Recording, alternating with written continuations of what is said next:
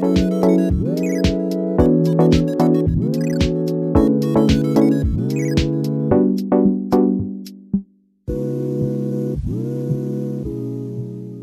ladies and gentlemen, to the Super Game Brothers podcast. This is episode number 35 of our weekly board game and video game podcast. My name is David, and I'm joined every week by my brother, Devin, 5th week in a row in my casa. How you doing, Devin? Yeah. Fantastic. Recovering from November. Oh, wait, Thanksgiving, I mean. I was going to say November will get you. Dude, November's always coming for me. It's like the shadow. Yeah, recovering from Thanksgiving. Yep. This is recording a couple days late. We even were in the same room Wednesday with plans to record. And what happened, Devin? Oh, we played Vampire Survivors instead. Until like 2 a.m, yeah. You can't be stopped, you know. Sometimes that game will ruin your entire evening's plans, but hey, little late recording, but it's all right. You were on holiday anyways. You were eating turkey. You were having that tryptophan nap. You were eating stuffing, all the stuff. So it's all right, probably. Tryptophan. That's what it's called, right? I don't know. I think there's like a chemical in turkey that makes you tired. And for some reason, I feel like it's called tryptophan. But I may have made that up. Who knows? Nobody knows. That's why I just eat the ham. And then I'm thriving all day. So you got the tryptophan in there? Yeah. You got the tryptophan. Tryptoham in there. Yeah. Yeah, it was this year it was my wife's family's turn. Since I'm married, we split up and do one family's Thanksgiving each year. So I wasn't with you guys. And we didn't have any ham at Lacey's family's Thanksgiving, which was a little disappointing, but the turkey was on point, so I forgive him for that. Interesting. I was wondering why everyone feels the need to do the same food on Thanksgiving. Like, I'm down to just like have hamburgers and milk. Devin's favorite meal, hamburgers and milk. Yeah, I was talking with Lacey about that too. Like, for Thanksgiving and Christmas, could we like do something crazy? Do like a sushi evening or something? That'd be fun. Yeah, that'd be honestly like way cool. Lacey's family does a big crab dinner on Christmas, like Christmas Eve, and they get tons of crab legs and eat crab. I like that. It's like the most unique dinner I've seen on Christmas Eve. Yeah. Wow. I was talking to our cousin and I said, if I ever own my own place, I'm gonna do things differently. My tree is not gonna be cute. It's going to be as ugly as they come, every color of lights, and I'm going to lay it on its side. You're like George Costanza, and just got to do the opposite, George. Whatever he was doing isn't working, so you can do the opposite of everything. I don't know who that is. He's one of the main characters on Seinfeld. He's the bald one, George. Does he like to do what everyone else doesn't do? There's a few episodes where he says his life is like a mess, and everything he's working or has been trying to do, nothing has worked. And so he's going to try and do the exact opposite of every instinct he has. If I think I should do this, I'm going to do the opposite. Oh, maybe that's what I need to do. And immediately after that little conversation in the booth at the diner they eat at every morning, he goes up to this like pretty lady and says, "My name's George. I'm 33 years old and I live with my parents." I'll bet that worked. And she said he got a date with her because she was like impressed with how bold he was. So, and then that reconfirmed his like opposite George thing. Anyways, that would be your tree sideways, black lights on it or something. Yeah, except I'm 33 years old living with my parents. So I can't have my own tree. I could get a small tree in my room. Just lay it on its side. There'd be pine needles everywhere. And I won't plug it in. The cord will be really close to the outlet, but not quite there. Yeah, it's not plugged in. That's funny. Well, Devin, it's been a week since we recorded this last week, and because of the holiday, I don't think really much is new with me. I guess just real quick, my wife and I have been watching a TV show we really loved. I've been calling it like Breaking Bad 1.5. Breaking Bad is one of my very favorite TV shows of all time. And this show was on Showtime called Your Honor. And it also has Bryan Cranston, who has something happen in his life as a judge and then has to start doing some shady things in order to keep his family safe from like a mobster. And so a very similar vibe to Breaking Bad. Same actor. Same like, I don't know. I'm like a really bold Walter White like character, and there's a villain who's also like really bold, like kind of working against me. Very intense. Really love it so far. My wife is like uber hooked. She had to stay up till 4 a.m. the other day watching that show, and it's great. Can't recommend it enough. Definitely a bit violent, a little cussy, but surprisingly a lot less so than most other like shows that I have ever seen on Showtime or HBO or anything like that. But it does, it has a bit of language, so just a little heads up there. But other than that, I don't think anything new has been going on in my family, Devin. Anything new in your household?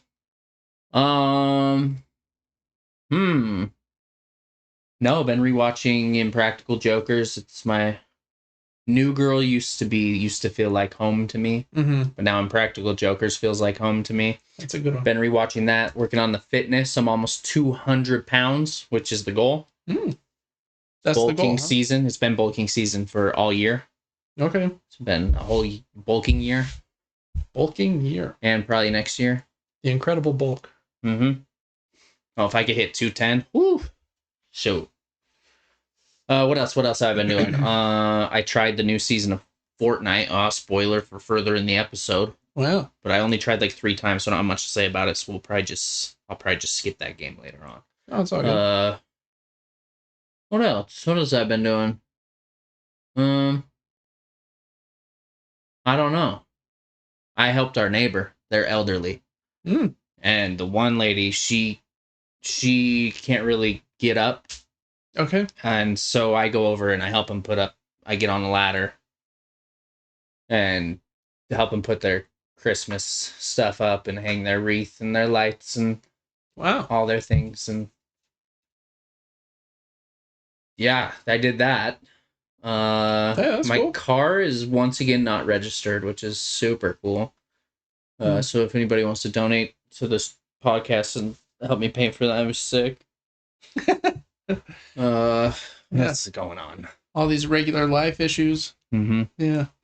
No, but I'm doing well. I'm breathing. Everything in life seems to be going good. I'm happy. No complaints here.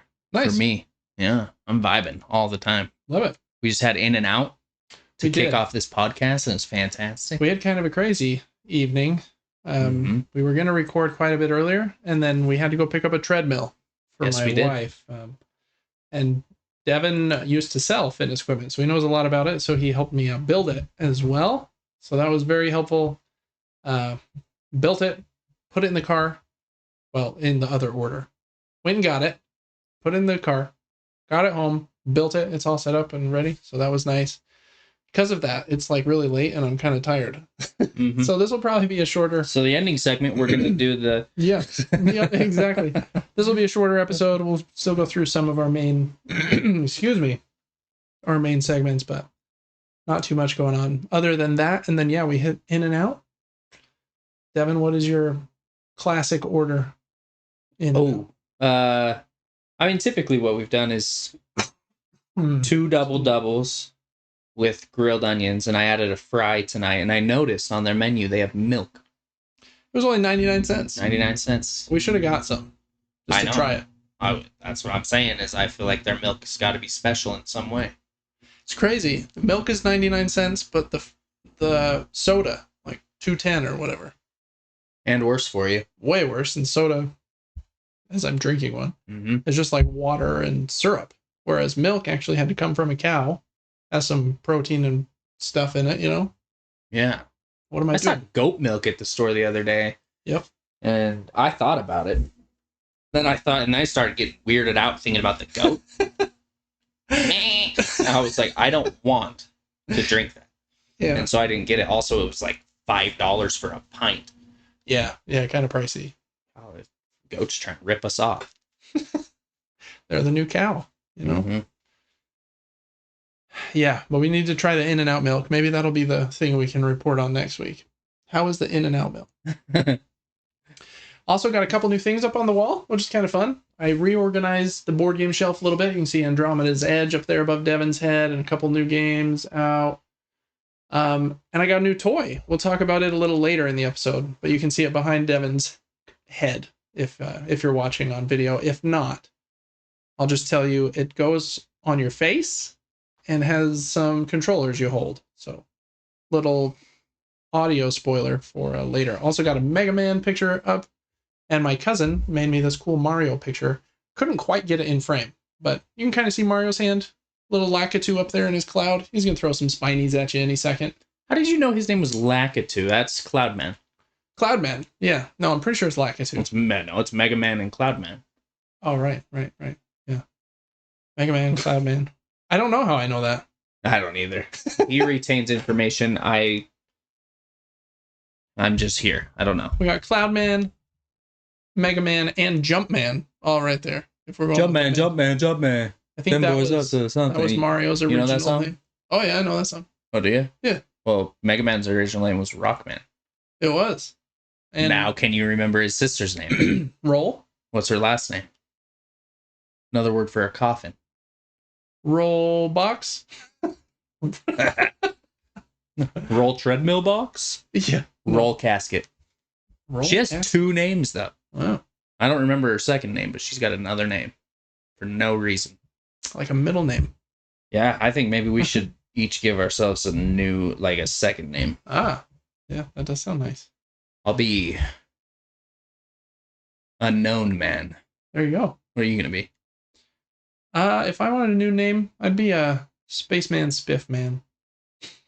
Because that kind of Spaceman Spiff, really like that title for that's my PSN title and a few other places. But if I did Spaceman Spiff Man, then we're keeping up with the Cloud Man, Mega Man, Jump Man. I'll be Ocean Man, Spiff Man. Ocean Man, Spiff Man? I don't know what we're talking about. Oh, yeah. All right. Well, this is the Super Game Brothers podcast we do every week, even if we're a couple days late because it was a holiday. We don't miss weeks, as attested by this recording. This is week number 35. We're coming up on it's going to be a year in April or May or whenever that is, which is kind of bonkers, but fun stuff. Yeah, like I said, we do it every single week.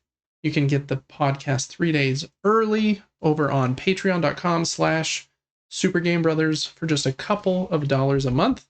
You can also follow that Patreon completely for free, so please check us out and follow us over there.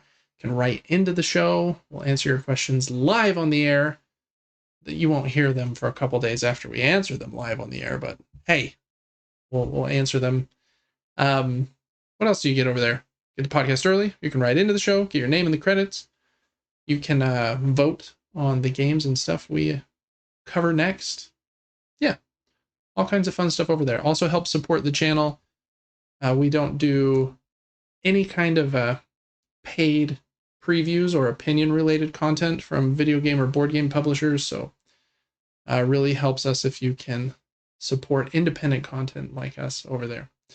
Also, just by watching this video, liking it, writing a review, commenting also helps us as well. So really appreciate you listening, and that is the intro plug here before we get going. All right, Devin, we're going to jump right into the news mini nuke, which is usually game announcements, new games to subscription services, and then we jump into what we've been playing and some other segments before we do crowdfunding corner and end with a fun segment. Today, there's not really any game announcements. Again, in December, right before the Game Awards, which I think are on the 14th, which is my wife's birthday. Maybe they're on the 12th, which would be better for me to be able to watch them. So, anyways, they're next Thursday. Not this coming Thursday, next Thursday. There will be some announcements there, but there really aren't any right now in this black hole before then. So we're going to jump right to new games, to subscription services. We're going to go over to the computer screen, And what do we see here? We don't see it quite yet. We see Board Game Geek, but if I open this tab Devin just threw over there, we can see Sony's new games to subscription services this month. So this is PlayStation Plus for the month of December, and these should go up on the 3rd, which is Tuesday, if I am remembering correctly. It doesn't say here, but you can see the 3 games on the Essential tier are It Takes Two, which is an excellent game I've been thinking about buying forever, so kind of excited to have that one. Aliens Dark Descent, which is we'll see that one again in a minute, but it's kind of like what is that game called? It's a tactical, like top-down game. Kind of reminds me of there's one with other aliens. It's not called SOCOM. It's called what is it called? It's gonna come to me. Did I play it on stream for a second? I don't. Is it kind of horror based? No. It's a very, very popular game in that genre, and it's just the name is escaping me. We'll find it in a sec. And then Temtem, which is basically like a Pokemon-like. Those are all free or included with your PlayStation Plus Essential subscription for the month of December. So It Takes Two on PlayStation 4 and 5. You've got Aliens Dark Descent. XCOM is the game I was thinking of. I think this is similar to something like XCOM on PlayStation 4 and PlayStation 5. And then Temtem is only on PlayStation 5. I feel like that game was big for a minute, but then the one Pal World came out that's like Pokemon, but all of the characters have guns. And that one's been like the most popular. It's so interesting. There's a lot of people who make games with this exact art style that look just like Pokemon and a ton of different characters. Yeah. Everyone wants that Pokemon money. Yeah. If you can make a collectible card game where kids have to pay $4 a pack and they get 11 cards and 9 of them are going to be trash.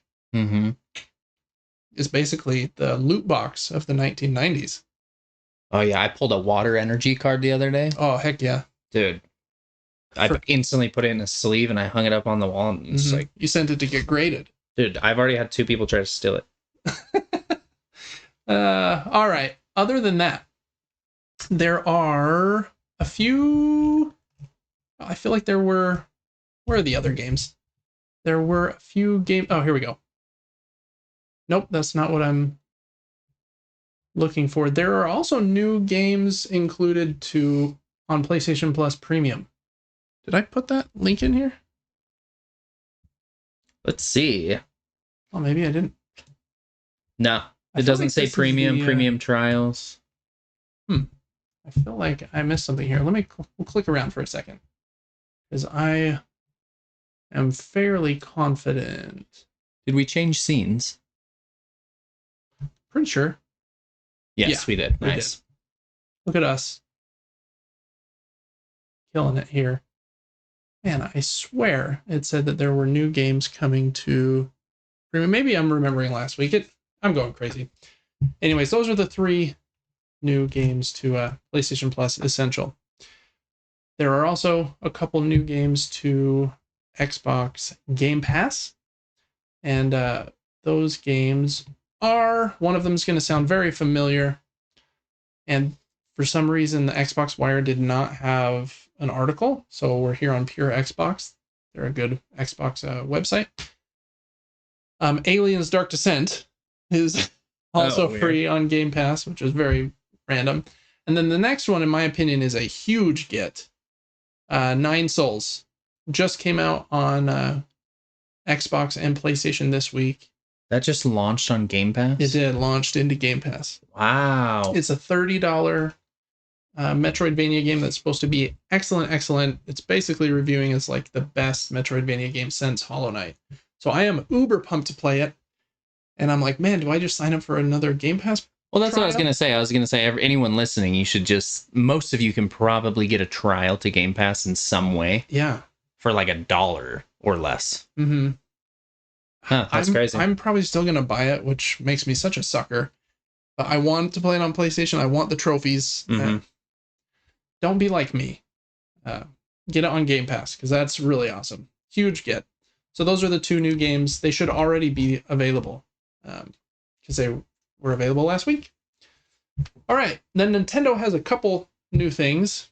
They, I think they are both updates for the Game Boy collection that is included in Nintendo Switch Online. This first one, well, actually, both of these games are super loved by me. They're the Game Boy versions of Donkey Kong Country. So it's Donkey Kong Land and Donkey Kong, well, and spoilers, the second one that they announced a couple days later is Donkey Kong Land 2. And while these are not as good as Donkey Kong Country on the Super Nintendo, they're actually pretty competent for, having run on a tiny Game Boy that came out in 1980 something, which is crazy. So there's that first one. And then everyone was like, well, where are the other ones? And then just a couple days later, Nintendo released another update saying, okay, fine, here's a number 2 as well. That was probably the plan the whole time. They didn't actually say, okay, fine. But man, I love this one. And you can hear the music here. Has that awesome Donkey Kong Country 2 it's so good music but running on like a Game Boy sound chip instead of a Super Nintendo one. So it's a little like lower quality, but man, still great. And I'm keeping that really low so we don't get a copyright strike. But anyways, also an update to what do they call it? The expansion pack for Nintendo Switch Online. This is the Genesis app. It is a little annoying to me that they have different apps for everything.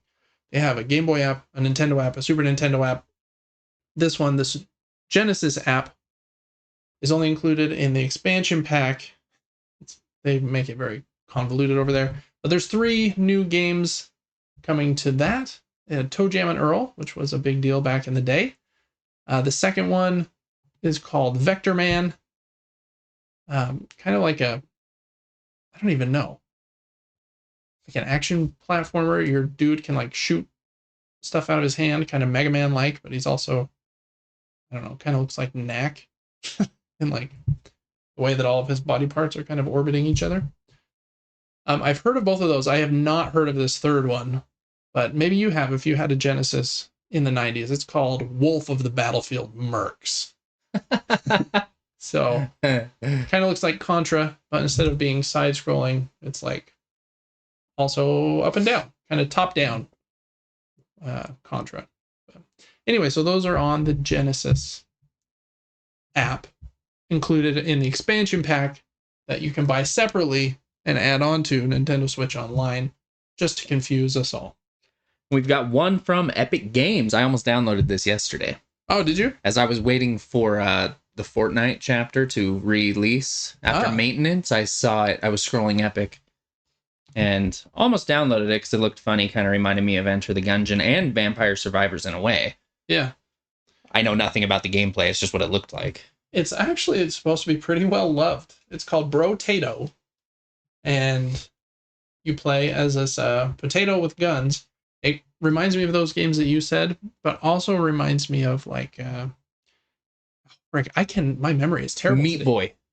Super Meat Boy a little bit with the art style, but I'm thinking of the one where you're the little kid, The Binding of Isaac. Oh, right. Yeah. Mm-hmm. I've at least seen it. Yeah, very odd game, but yeah, kind of reminds me of that. Also, yeah, like you said, very much reminds me of Vampire Survivors. It says it's a top-down arena shooter roguelite where you play a potato wielding up to 6 weapons at a time. The 6 weapons at a time thing, very much Vampire Survivors. Yeah, identical. So I don't know, I might try it. Free, add it to your Epic Games Store library. I have heard good things. It's got a 4.7 here on Epic, so there you go. It looks like it has co-op as well. I think, yeah, local multiplayer, it says. So that is, I think there's one more set here. Or was that all of the free games? That is all of the free games. That's right, because Prime hasn't announced their December stuff yet. All right, for what we've been playing, I've got a couple games. I feel like did I talk about this one last week? You did, yes. Okay. Just really quickly, I'm almost done with a ranger. I think I've been doing. There's like some optional content in each area you go to that are like some more difficult puzzles, and I've been finishing all of those before I go to what I think is the last area. Really, really like this game. The puzzles are never so hard that you like want to punch the screen, which is good. Um, because I feel like I'm not great at slide puzzles like in person, like an actual one that I'm holding in my hand, you know. But it works in this so well, and the puzzles are never. They're not easy. I feel like there's quite a bit of challenge, but it's like the right amount. I think they strike it really well. Art's beautiful. I've already talked about this game a bunch. Can't recommend it enough if you like puzzle games. I've probably played 7 or 8 hours. So I'm excited to see how it ends. It keeps introducing like new cool things. Like that area it just showed was this character that moves every time you move and he kind of blocks your path. There was another boss fight. I haven't even seen that spot yet, so I don't know. There's all kinds of cool stuff. Really like a Ranger. It's like a cool indie game made by a tiny little company. What else do I have written down here, Devin? I think I guess other than Vampire Survivors, which we'll talk about in a minute probably. The other thing, I just want to give a shout out to PlayStation VR 2. I picked one of those up on the Black Friday sale, and man, it's really cool. It's they're expensive as all get out, $550, but it was $200 off. And I was like, man, I've wanted one for a while. Something I can talk about on the podcast anyways. And I was looking through my PlayStation library, and I was like, wow, I already have like 25 games because it's been a couple years, and through PlayStation Plus or whatever, some of them have become available. So I was like, okay, maybe it's time. I haven't gotten very far into exploring that library yet. I have about 10 VR games in my cart right now for the Black Friday sale that I'm trying to decide which ones to get. So the 3 that I have played so far: Walkabout Mini Golf, I think is what it's called. Really fun. It's basically just mini golf. You look down at your ball and you can, mini golf around. Has a bunch of different courses and stuff. Very simple, but it works surprisingly well. Beat Saber is super awesome. I played the crap out of that on. I have the original PSVR.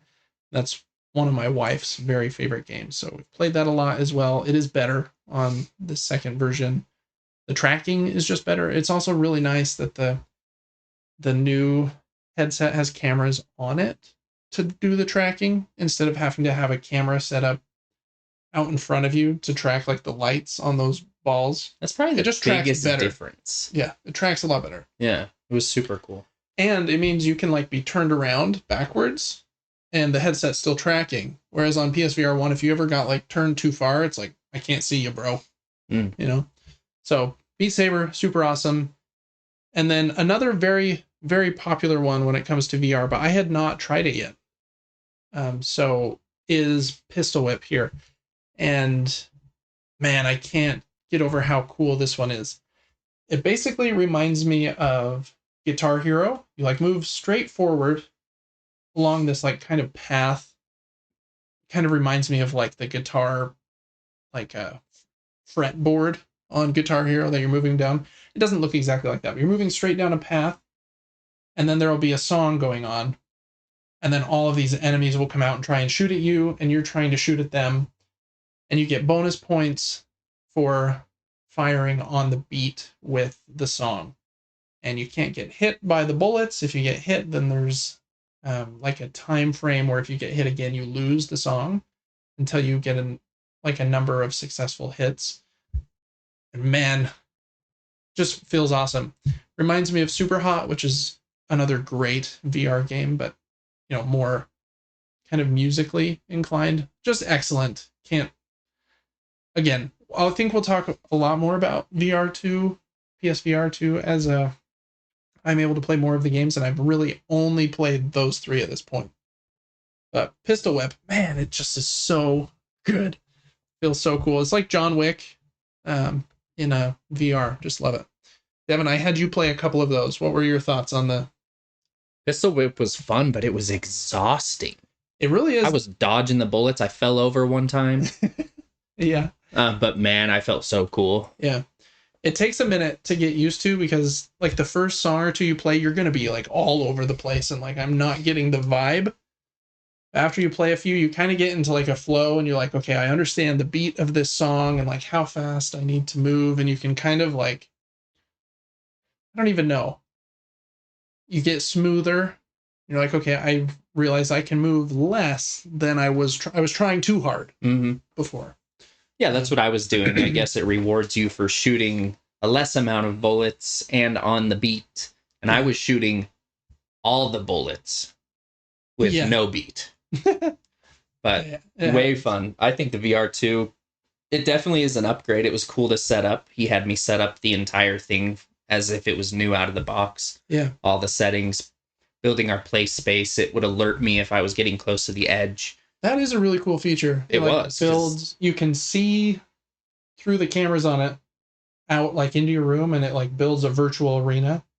And anytime you get close, it kind of warns you even in the game. So you know you're not going to run into your TV or something. Exactly. I always felt like I was in the safe area. Mm-hmm. And if you don't, you can always look down and most of the games have a spot on the ground where is basically the center. Yeah. And you can kind of shimmy your way back if you're getting off balance. Super cool though. I'm excited to see what they do with VR. Like, yeah, I am too. It's a cool headset. It's definitely clearer and nicer. I think it's 4K in each eye. It's hard. It's like beautiful in 4K, but it's like sitting an inch away from a 4K screen. So I feel like you can still kind of tell. Like it's not perfectly crisp. I hope that if Sony does a VR3, they can get it at like 8K. Because then even at like an inch away from it, it would still look like a 4K screen does when you're 10 feet from it. But still looks great. I like that you can adjust the interpupillary distance, like the distance between the lenses, because then I've even been able to let my kids try, push it like really close. And it just helps kind of clear it up for people that have wider eyes. So very cool. Cool features. Excited to explore that some more. That's the newest toy in this Bailey household. And other than that, just been playing, like we mentioned at the top of the episode, I've been playing a ton more Vampire Survivors. I think I mentioned last week, as we get a ad for ad block, that I bought every expansion for this game. There's only like 4 or 5, and they're like a couple bucks each, so it wasn't really a big deal. But just trying to unlock every character, find every secret level. And man, there's surprisingly so much content in this game. I've played it for, I think, 45 hours at this point, is what my PlayStation is telling me. For a $5 game, that is fantastic. It really is. And like everyone I've ever played it with loves it. My kids love it. My wife even likes playing it. You can play it with one hand. It's just so weird. Like I haven't played any game like it ever before. Yeah, it just keeps you around because its progression system is pretty well done. You get lost sometimes, and that's what Google's for. Yeah. But there's always something more to do, which is crazy. Yeah, and there's like lots of different ways to beat levels and secret endings at times, and like, okay, you need to play this level with this character, which again can be sometimes hard to even know what to do next. You always feel like you're making some progress. Even if it's just like, okay, this run, I don't think I'm making like story progress, but I'm going to work on this next evolution. Or in the DLC content, there's actually not just evolutions. There's things called unions, which is basically weapons that don't get evolved. They just get better if you get all of them together. Like one of the unions is that a spell stream that you have to have all 3 of those weapons. And I did end up unioning, whatever the word is, that weapon. You have to upgrade all 3 of them, I think, to level 6. And then they morph into one weapon. So then it frees up 2 of your slots again. Oh, wow. It's pretty cool. And there are other weapons that require a union as well. So just new stuff. I know the developer of this game tweeted this week that they have new exciting plans for Vampire Survivors in 2025. So man, just can't get enough. Super, super great. Everyone should really try this game. And for $5, I promise you, you're not wasting your money. Like, I agree. unless you like hate pixel art and like hate Castlevania, or I don't even know. If you hate fun, you should not play this game. There you go. No, it's super good. Yeah, super great. I think that's all I've been playing as far as video games are concerned. Devin, do you have any others that you've been playing? I've played Vampire Survivors a little bit, not as much as I was. We got pretty stuck, but a decent amount. Tried the PSVR 2 over here, which you covered, and super fun. I played a little bit of Clash Royale, Rocket League, still getting good at that game. Yeah, you've been really ranking up. Yeah, the last little bit, it sounds like. Pretty high tier in that game now, and that's cool. I don't know if I'm proud of it or not, but maybe. Hey, you should be. And then the only other thing that I've tried is I tried 3 rounds of the new season of Fortnite. Oh, yeah. Which seems fun. There's a lot of weird things going on. When they release a new map and areas you've never seen, and there's little sprites now, these little creatures that run away from you, you can pick them up and take them to a shrine, or you can throw them on the ground and they like have an ability like this sprite will heal you. This sprite will turn into a launch pad and send you into the air. What do they look like? They look like the little things on Kenna? Yeah, kind of. He's like kind of ball dude. Yeah, it's just cute. A lot of weird masks. You can teleport now. There's invisibility things. I don't know. I don't know too much. Only played a few rounds. I tried that out. It is crazy the staying power that game has. Oh, man. It is still huge. And it's been a long time. I remember playing it before we moved into this house. Mm-hmm. And that was, that'll be 5 years in like 3 weeks. Crazy. So it's probably been out 6 or 7 years. That's nuts. I was thinking about how many people's lives are probably affected every time they have to go down for maintenance. Oh, probably a lot, yeah. It's like, oh, I actually have to go to bed? Mm-hmm. Oh, no. Yeah, other than that, nothing for me. Okay. Hey, that was a pretty good list. I'm proud of us. Yeah, look at us go. Even on a week with a holiday, playing a ton of games. So yeah. That's why they call us the Super Game Brothers. It's crazy. We're just getting it done. All right. As far as board games, Devin, I was only able to play one this week. So maybe I'm slacking at least in half of my game playing time here. But Vampire Survivors has just taken over too much. But I played a new game. I got just a few months. I won't even say that long. A few weeks ago, it was on sale on Amazon. And so I was like, I've been wanting to pull the trigger on it for a while, but it was kind of pricey. Got it for like half price. This game is called Tiwanaku. Weird name. But what a cool game. In this game, you are trying to get the most points, and you get that by discovering the land and what type of crop that like this deity godlike figure wants to be planted on the land. This deity like gives you the truth through this fancy dial here, which is a really cool mechanism. This is a deduction game. Kind of reminds me of, if you haven't played a deduction board game, those things you had in elementary school where like Bob was at Sam's house. Sam is Chelsea's brother, but doesn't like ketchup. And you have to fill out like that grid of like to deduce like who did what and whatever. That is what this game is. And this dial has all of the answers on it. I think it comes with 20 different like game states that you can slot in. So we just played one of them.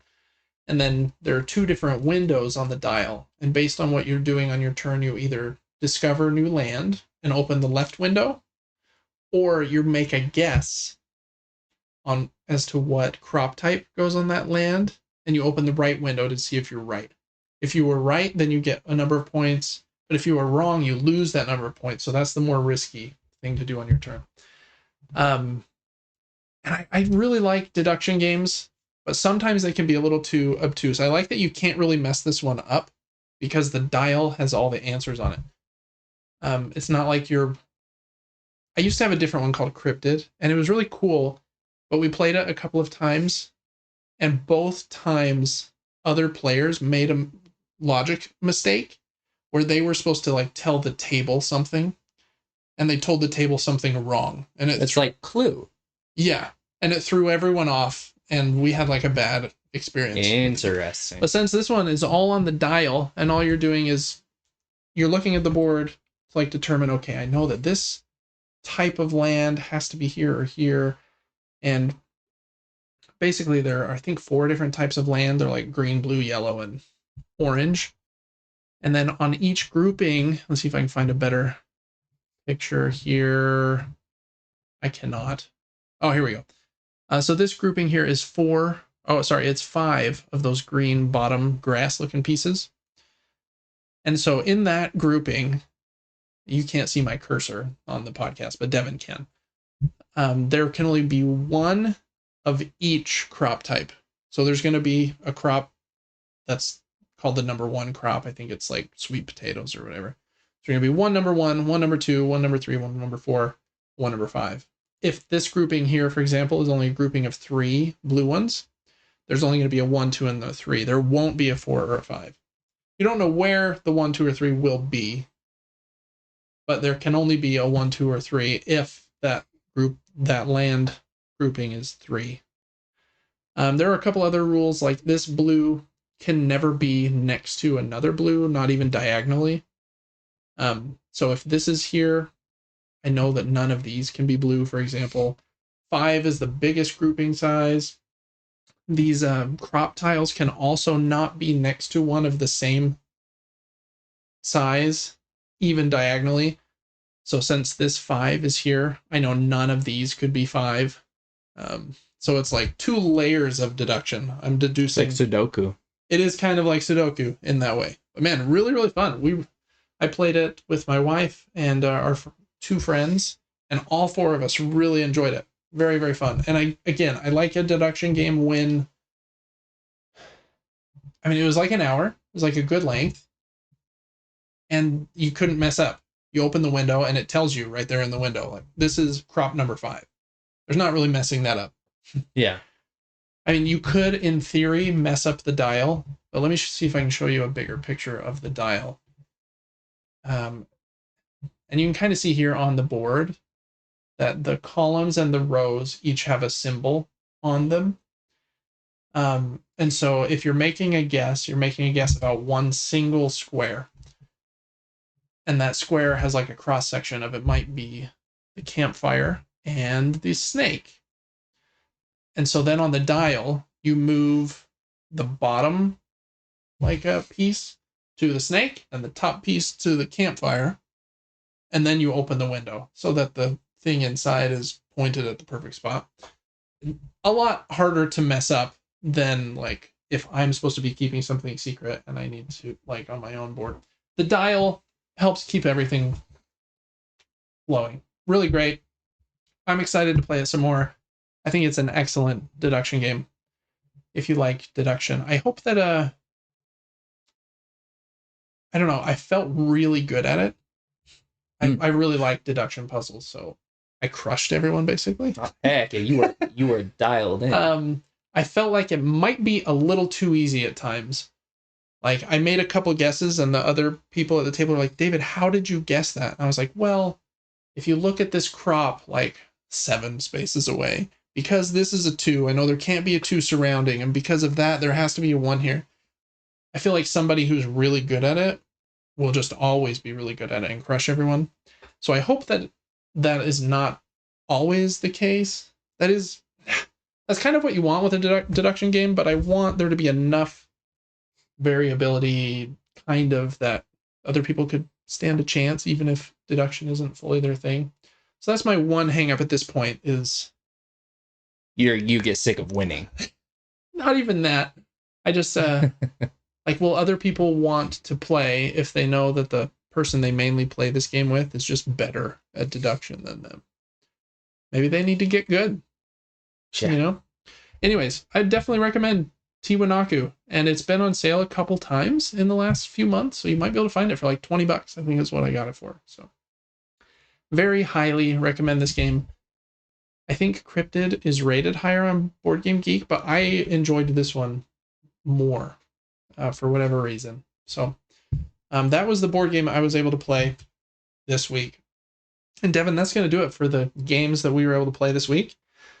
For games we're excited about, we've already kind of covered this one, but it is by far the video game that I'm the most excited to play. And it is Nine Souls. Again, we already mentioned it's on Game Pass. If you have Game Pass, definitely play it. It's been getting ultra great reviews, super pretty art. It's supposed to be the best Metroidvania game since Hollow Knight. No, that's very subjective, but that's kind of the consensus. And I don't know if Silksong is ever coming out. It also has like a Sekiro like parry system. Amazing. It's supposed to be pretty tough, have tough boss fights and stuff. All of that sounds right up my alley. So I'm and it just looks so cool. Yeah, the artwork is amazing. So I think it was made in Taiwan, is what I read. So very cool. I like it when games come from like a new team or a new country or something. It was kind of half of the excitement for what was that called? Black Myth Wukong was like, hey, there's a game out of China that looks amazing. And kind of similar idea here. I'm uber pumped about this one. If I don't decide to get a new month of Game Pass to play it, I'm probably just going to buy it on my PlayStation. What are the odds this came out of Taiwan when the only board game you played this week was Tiwanaku? Tiwanaku, Taiwan, Nine Souls. Taiwan. Yeah, that's a look at us. Very weird. Yeah. I would say that's the game I'm excited for as well. Yeah, as far as video games, definitely. Or maybe this Mighty Morphin Power Rangers Rita's Rewind. Oh yeah, we looked at that one a few weeks ago, actually. Yeah, we did. Does look kind of fun. As far as board games are concerned, I have a few that will be delivering soon. I'm very pumped about them. As for ones that have already delivered, let me go back down to the table real quick and I'll show you that one. I've got a new game here. I'm reaching real far. This is a new 2-player card game from John Cloudis, who makes really great 2-player card games. This is called Pariahs. And I haven't even read the rulebook yet, but, well, not the whole thing. I've skimmed it. There's a card game where I think the kind of selling point was it's a worker placement game and an area control game and a deck building game, but you do all of those things with cards. So you'll be putting cards at different locations. You're trying to like convert cards from your opponent's deck to grow your deck, all in the name of becoming the next leader of this government. It's supposed to be excellent. Very excited to play that one, but haven't gotten around to it quite yet. I do appreciate this company is owned by John Cloudis. It's Small Box Games, and you can tell they're like an indie company made by just probably him and the artist, I think, is all that worked on this game. And you can tell kind of by the box, it's like just a little cardboard. I mean, all the boxes are cardboard, but there's no like fancy finish. Doesn't look like it was. I like the indie touch, is what I'm saying. But anyways, very excited to try Pariahs. Cool little box. Yeah, it looks cool. That's probably the next board game I'm most excited to try, but I have about a dozen delivering in the next week or two. So, all right, Devin, for the news, there's not a lot. Just a few things. We'll go back to the computer screen here for a minute. This was the biggest and, most a little bit sad in David's eyes, but well-deserved. Devin, do you know this guy? Have you ever seen him before? That's Shuhei Yoshida. Yeah, it is Shuhei Yoshida. Yeah, good job. It's crazy. Had you ever heard that name or seen him before in your life? No. Okay, that's okay. He's I'm much more like into like Sony and PlayStation behind the scenes and like the business stuff than Devin is, so that makes sense. Oh, for sure. He has been at PlayStation for 31 years, since like the very beginning. I think he worked, if I remember correctly, like with Naughty Dog and stuff on some of their very earliest games. He did a podcast episode with the official PlayStation podcast, basically announced that he will be stepping away from PlayStation, I think on January 15th, after 31 years. sounded like he was kind of retiring. He might have like some other passion projects or little things he's doing. For about a decade, I think during the PlayStation 4 era, he was the head of PlayStation Studios. So he was in charge of Naughty Dog and Insomniac and all like 14 of PlayStation's teams, making sure that they're hitting deadlines, getting games out. He was the guy. So he was a big deal at PlayStation for a long time. Super funny, speaks really great English. He's an awesome, awesome dude. So it'll be sad to see him go.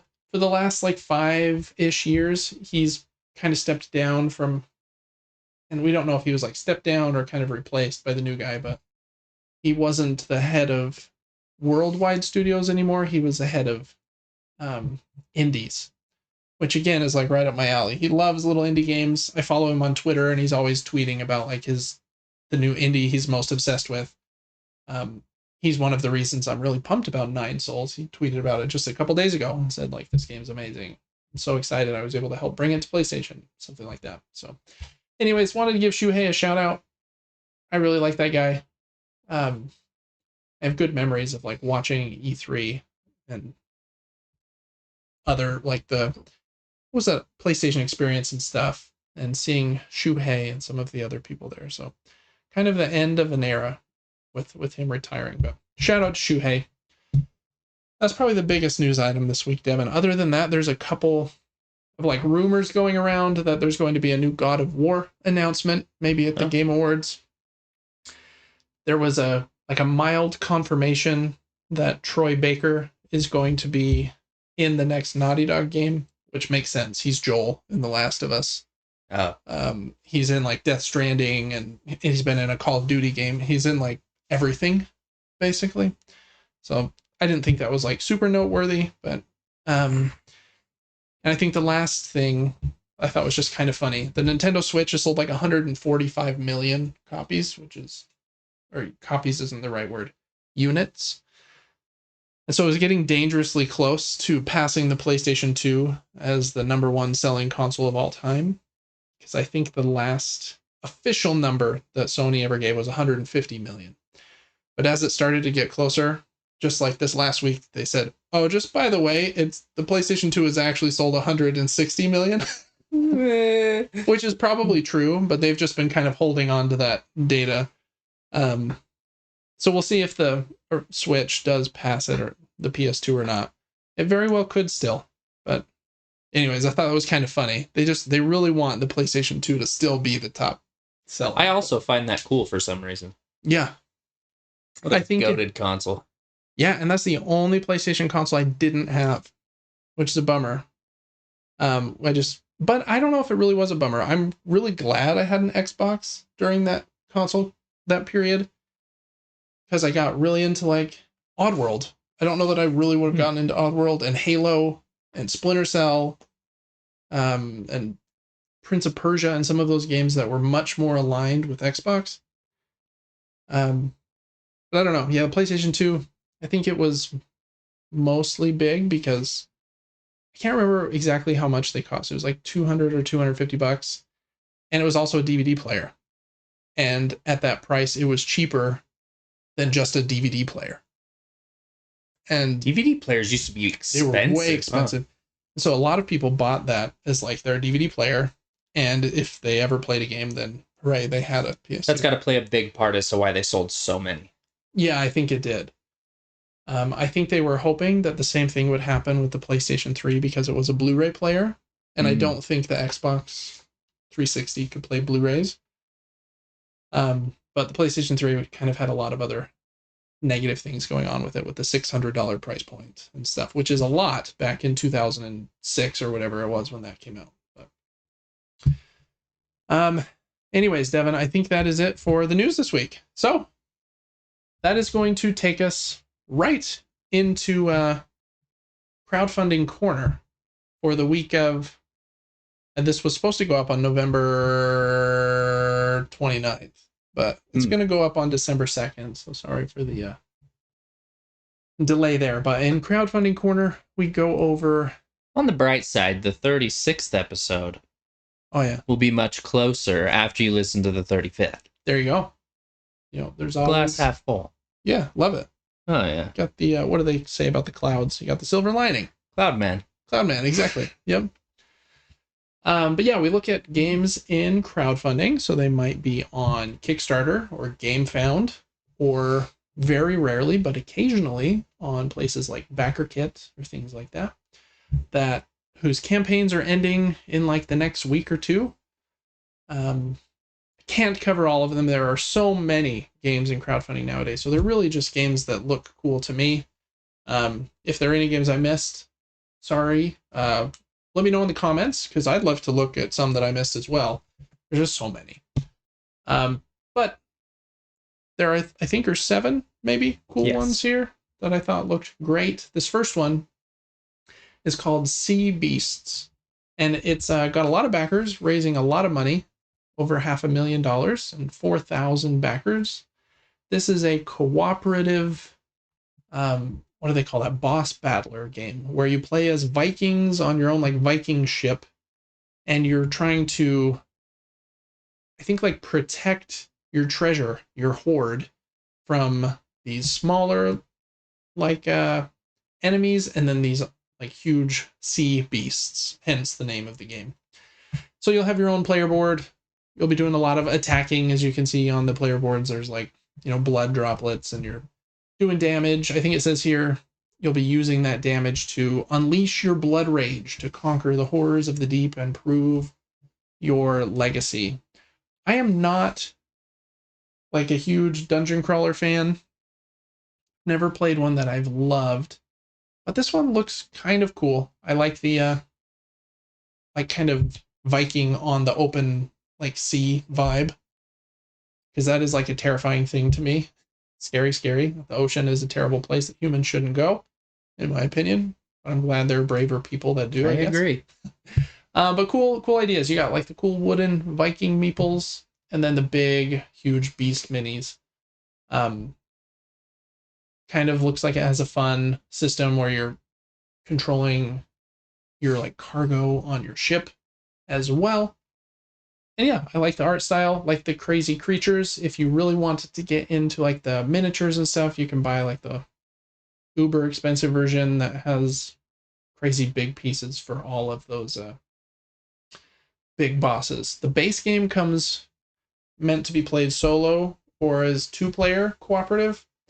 And it's actually not a terrible price, $50. Has some cool dice. And I think that base set, if I remember correctly, I don't know if it even has any minis in it. Does it? Let's look here. It has meeples, beast tokens. Yeah, it doesn't have minis, it doesn't look like. So only the more expensive tiers have the big minis, but I'm sure it has tokens for those beasts. Yeah, you can see them here.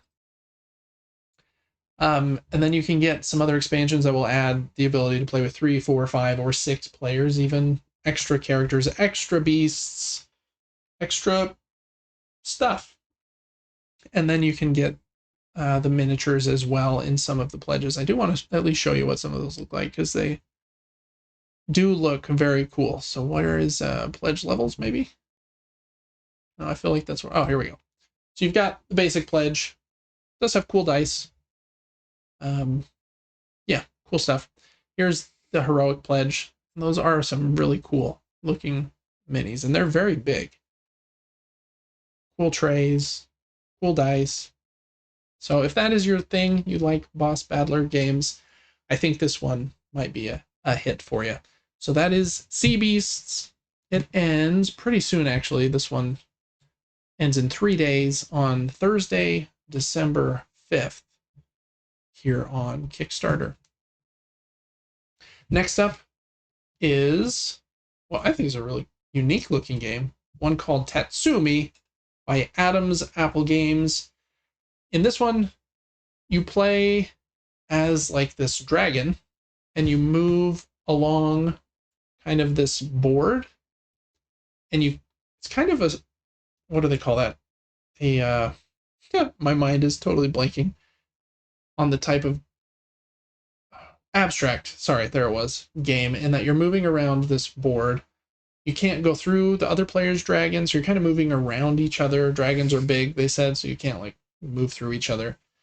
and you're collecting these rings on this board. Cool thing about the board is transparent. So you can see the different levels of rings. So you know, like, okay, if he takes that, then there's going to be a red there next up.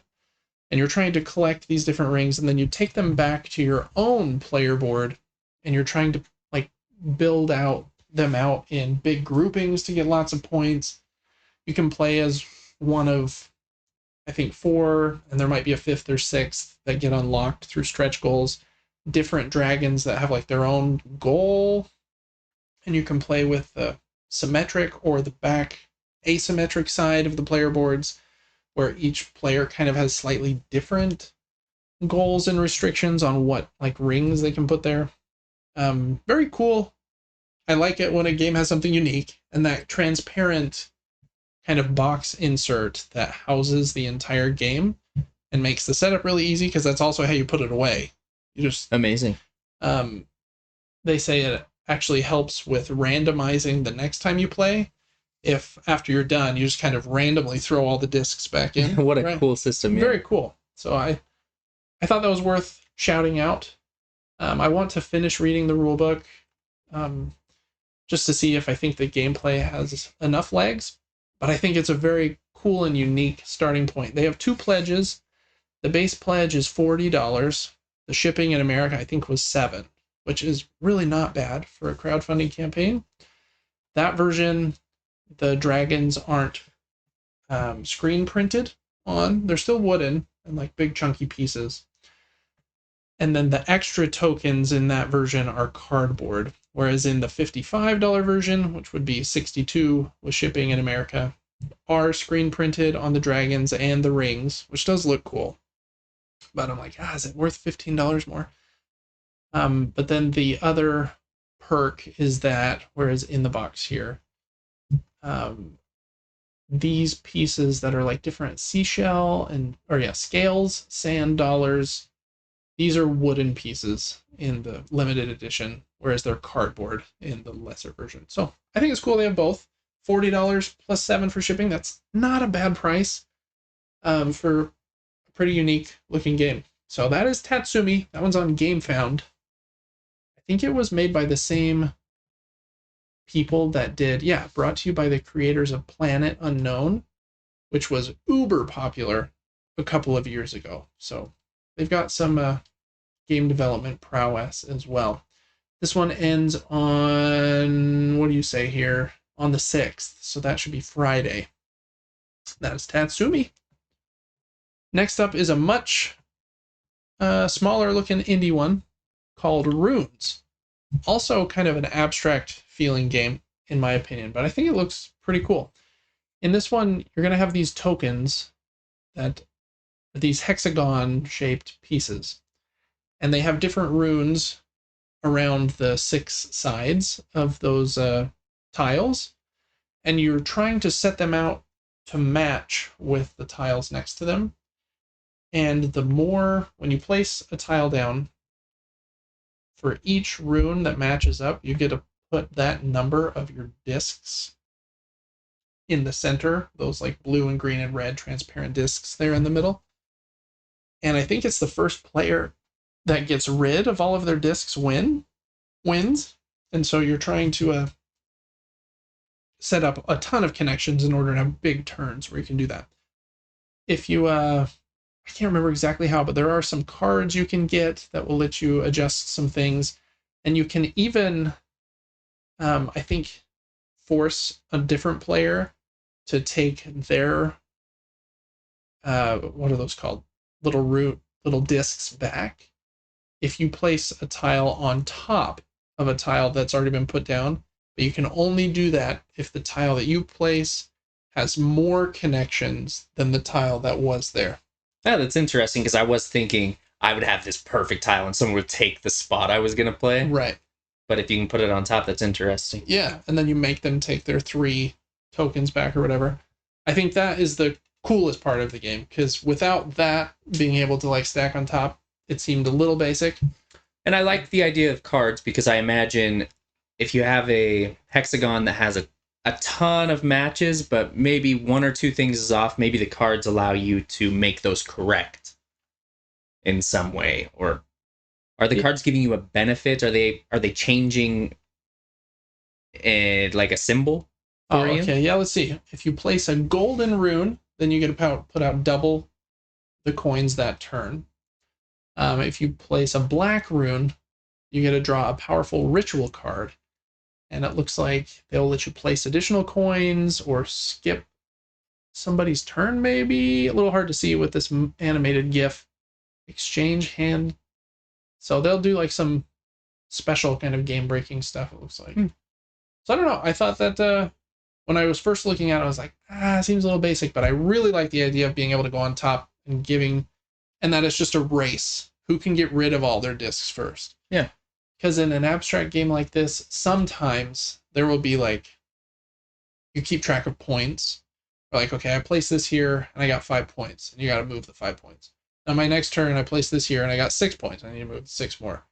And I like that there's no points to keep track of. It's just the discs are kind of the points, and you're trying to get rid of all of your discs. So cool little indie game. I think it sounds pretty fun, to be honest. So I'm definitely looking into that one. Wanted to give it a shout out. I like showcasing games from smaller teams here. I think this might be their first. Yeah, this is their first created. Clemens von Bank. They're a young and independent game publisher from southern Germany. Because they're in Germany, I didn't look at shipping. I guess we should look here. Yeah, shipping is a little expensive to America, but anyways, very unique and cool looking game. Wait, what is this? Runes Bundle. You can get shipping a little bit less expensive if what? Where's the bundle? Do you have to get like 2 games or something? Which I don't think that's a... They're offering the best price and special shipping offer for the bundle. Maybe there must be like a different pledge that has the bundle. Oh, you could fly to Germany and do local pickup, Devin. Oh, perfect. There you go. Let's see. So about $40 for a copy of the game.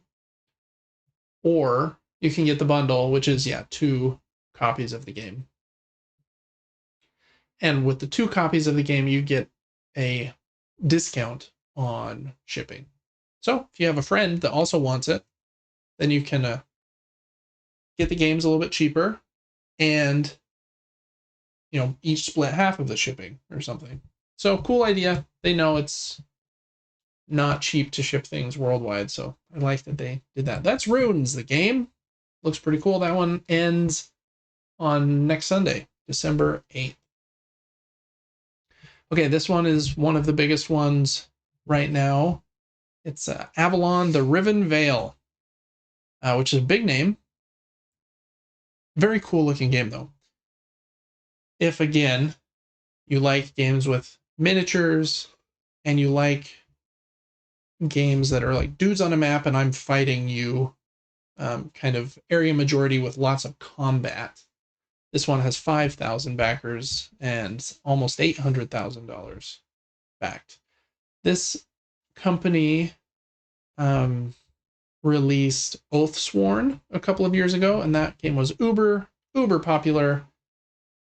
So I think people are kind of hyped by this one as well because of the kind of the success and how good Oathsworn was. Has a very cool look. It's like King Arthur, but much more like fantasy. Like, I think that these characters like go into like the underworld and stuff at times as well. But basically, there are 4 different factions. Let me see if I can find them here. You've got Guinevere and the Knights of the Round. This faction has these cool pieces here. Again, very big mini there for that piece with the cool flag. Mordred and the Undead. Cool looking pieces. Really like them. Merlin and the Druids. And Balor and the, what would you call that? Fomorians? Very cool.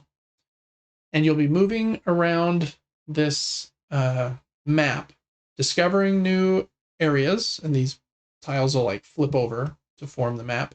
Then you'll be doing a lot of fighting. Everything in this game is done with cards.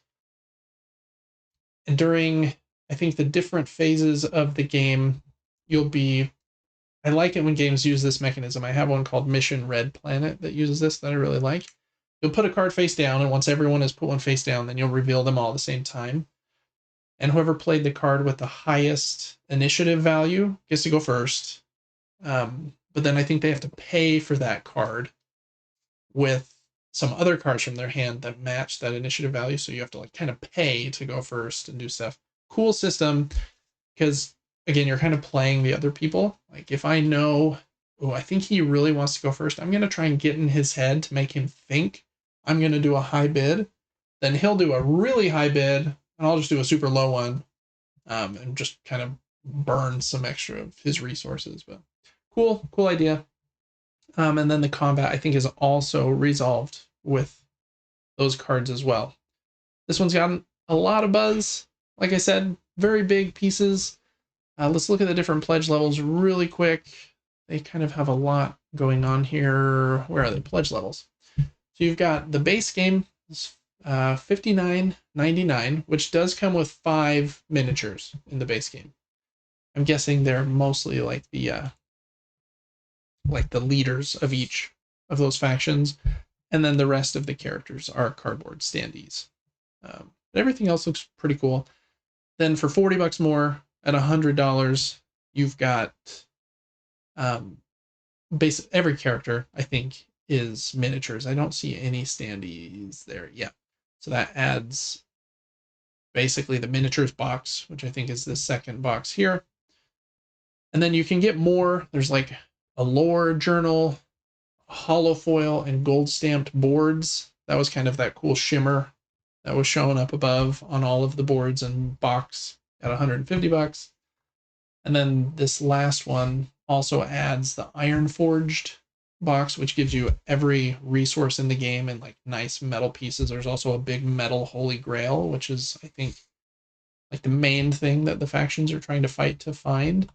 So you can bling this game out as much as you want, but I do appreciate that even in the base one, which, you know, it's not the cheapest base game, but at $60, it's not the most expensive base game either. There are still 5 big miniatures in it. You don't have miniatures for everything, but it's probably okay. So that is Avalon, the Riven Veil.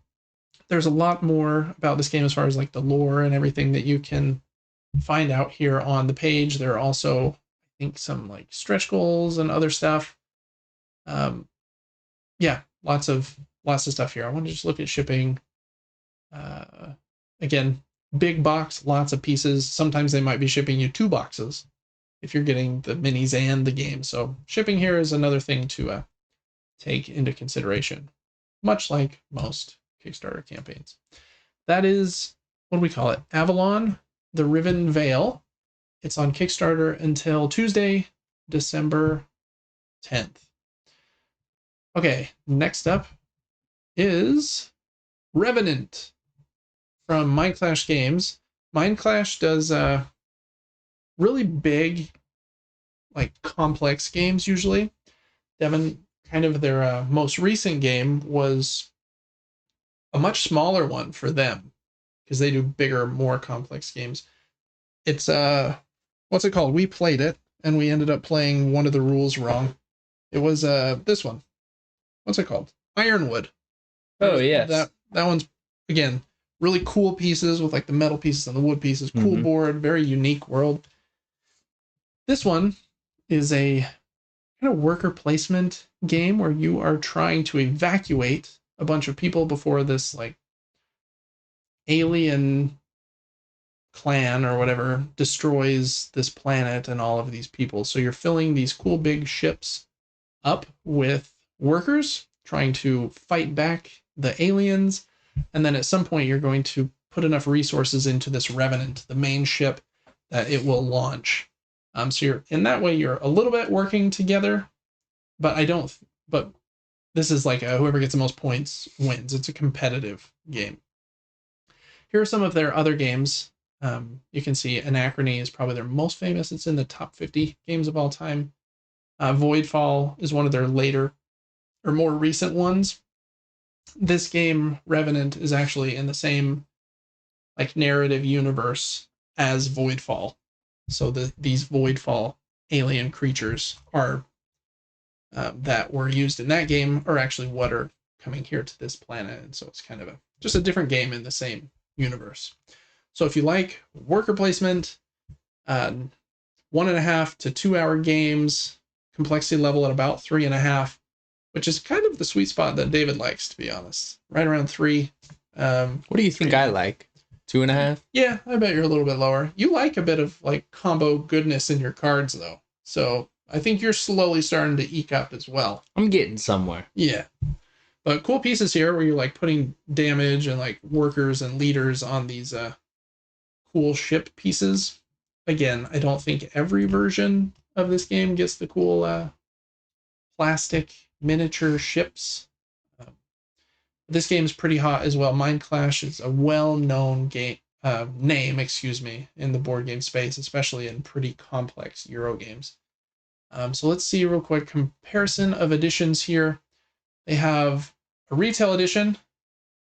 Oh, sorry, that when the game eventually comes to retail, they think it will cost 65 euros, and it will come with the core components, dual layered ships, and any unlocked gameplay content. Then the two versions you can buy here on the Kickstarter campaign are the Captain Edition for 80 euros and the Admiral Edition for 120.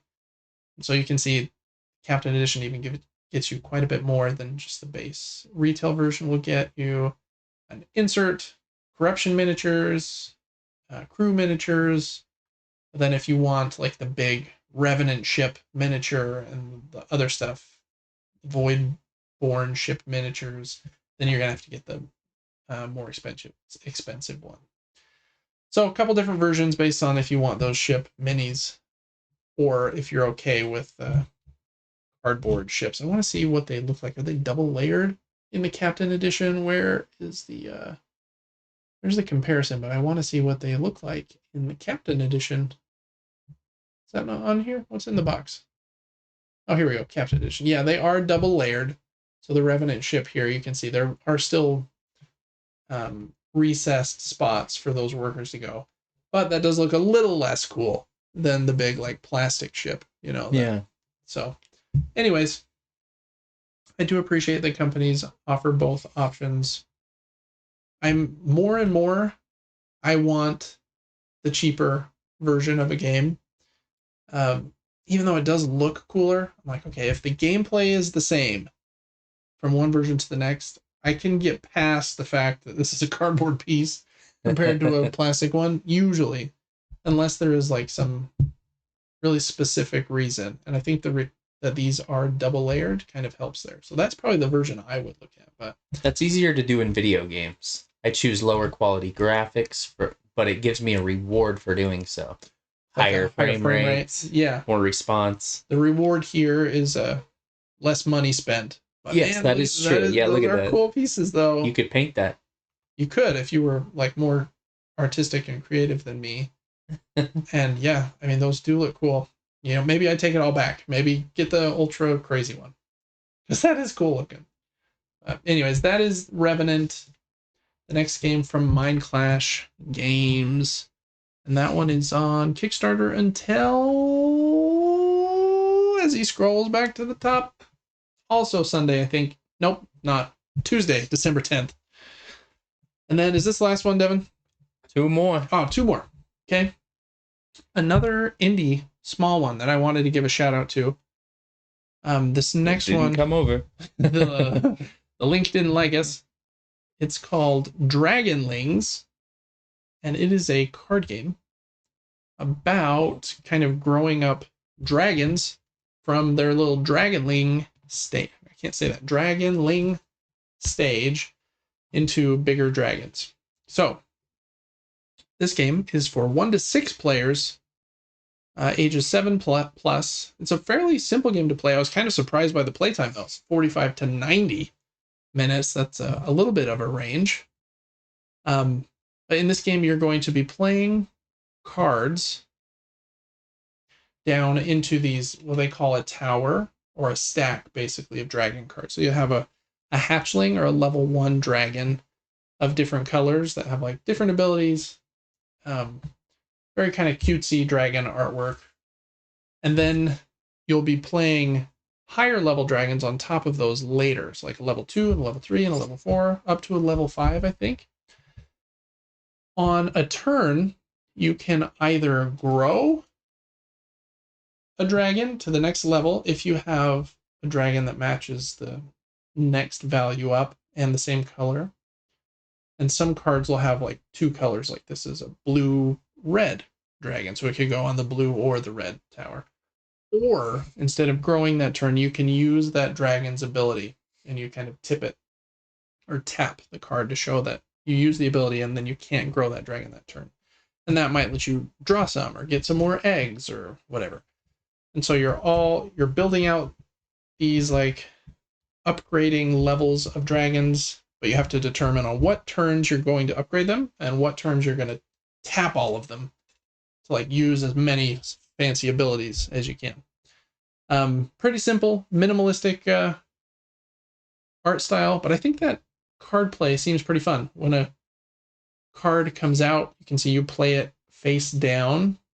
Basically, that just means it's tapped on that turn. That dragon has growing pains, is what they say here in the instructions. Basically, you just can't use that ability until the next turn. But and then at the end, after all of the either treasure cards or dragon cards are out, have been drawn, then whoever has the most points wins. Each of your dragons gets the number of points at each level. So a level 5 dragon would get 15 points for the 5, 4, the 3, the 2, and the 1, if I did that math correctly. That's a 5 factorial for you, Devin. That was amazing.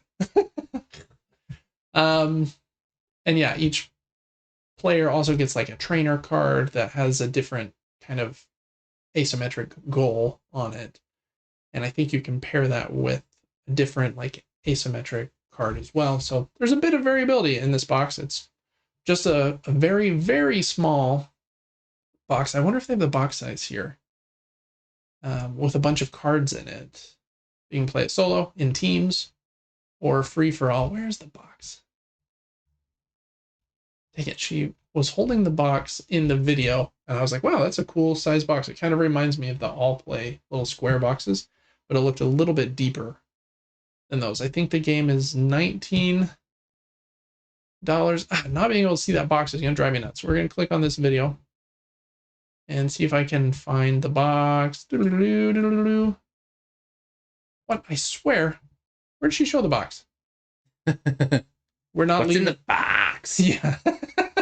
We're not leaving until we find this box. So where's the how to play? I think it was in that video. Here we go. Oh yeah, it's right there. You see that little baby box? Kind of like a thick little box. I like the way that box looks for some reason. I also like that box. Let's see. Shipping is $5 in America, or $7 for 2 games. I think the game is 19. Yeah, $19. Might be 23 if you're not in the early bird deal, but I don't know. Again, want to give a shout out to an indie game. Kind of reminds me of a game we'll be talking about in our ending segment really quickly called Canopy, which is a 2-player card game where you are also building up trees, and then you put like a cap on the tree, like the canopy of the tree, and the taller your tree can get, you'll get more points. So I like that system. So that is, I've lost the picture here. That is Dragonlings, which has its campaign here on Kickstarter until Wednesday, December 11th. All right, Devin, the last, what is this called? Campaign of the week is called Trickety. This is a trick-taking card game that I think is unique because you're not always just trying to win the trick. I'm really into trick-taking games lately. It's also unique that it's 3 to 5 players. Yeah, a lot of trick-taking games kind of cap at 4. Well, it's weird that it starts at 3. Trick-taking is hard to do at 2. Oh, is it? A little bit. So that part, at the 3 players, I don't think is too crazy. But going up to 5, I it's take it back. To anyone listening, it wasn't weird. It just seemed no. weird to me. I think that was a good call out, so I like it. I don't fully understand every rule of this one, but basically, whoever plays or wins the trick gets to choose one of the cards in the trick to add to like their bird collection in front of them. So if you win the trick, that's cool because I get to choose whichever card I want to add. So that is an incentive to win the tricks. But not winning the tricks, there's also different ranges of cards for the 5 different suits. So 1 to 11, 5 to 15, and kind of a varying range there. I like that. Also cool, you can, sorry, I got distracted a little bit from what I was talking about, but we'll come back to it. During the trick, you have to follow one of the lead colors if you can. So the first player plays blue, second player has to play blue if they have blue. Third player doesn't have blue, so they play yellow. Now the fourth player can play blue or yellow, whichever one they want. They're not forced to play the lead color, which is also unique. Let me see. You get points for having like a big flock. And I think I feel like I skipped the section. Whoever got last, didn't win the trick, got like last place in the trick, gets these sunflower tokens. I don't think sunflower. Oh, they are sunflowers. Sunflower seed tokens. And you can use them in order to do some special things like move birds around in your flock or swap a bird from your hand with a bird in your flock. So by not winning the tricks, you're getting these sunflower tokens that allow you to have more flexibility with your flock.